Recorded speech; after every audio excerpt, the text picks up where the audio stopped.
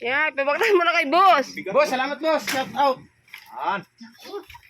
Yeah, sinisipag si boss eh. Yan, alam mo naman si boss pag sinisipag, eh, wag mo nang kontrahin. Pag ako kinontra mo, di kita tutulungan eh. O boss, bayad. Pahiram. Pahiram ako. 366.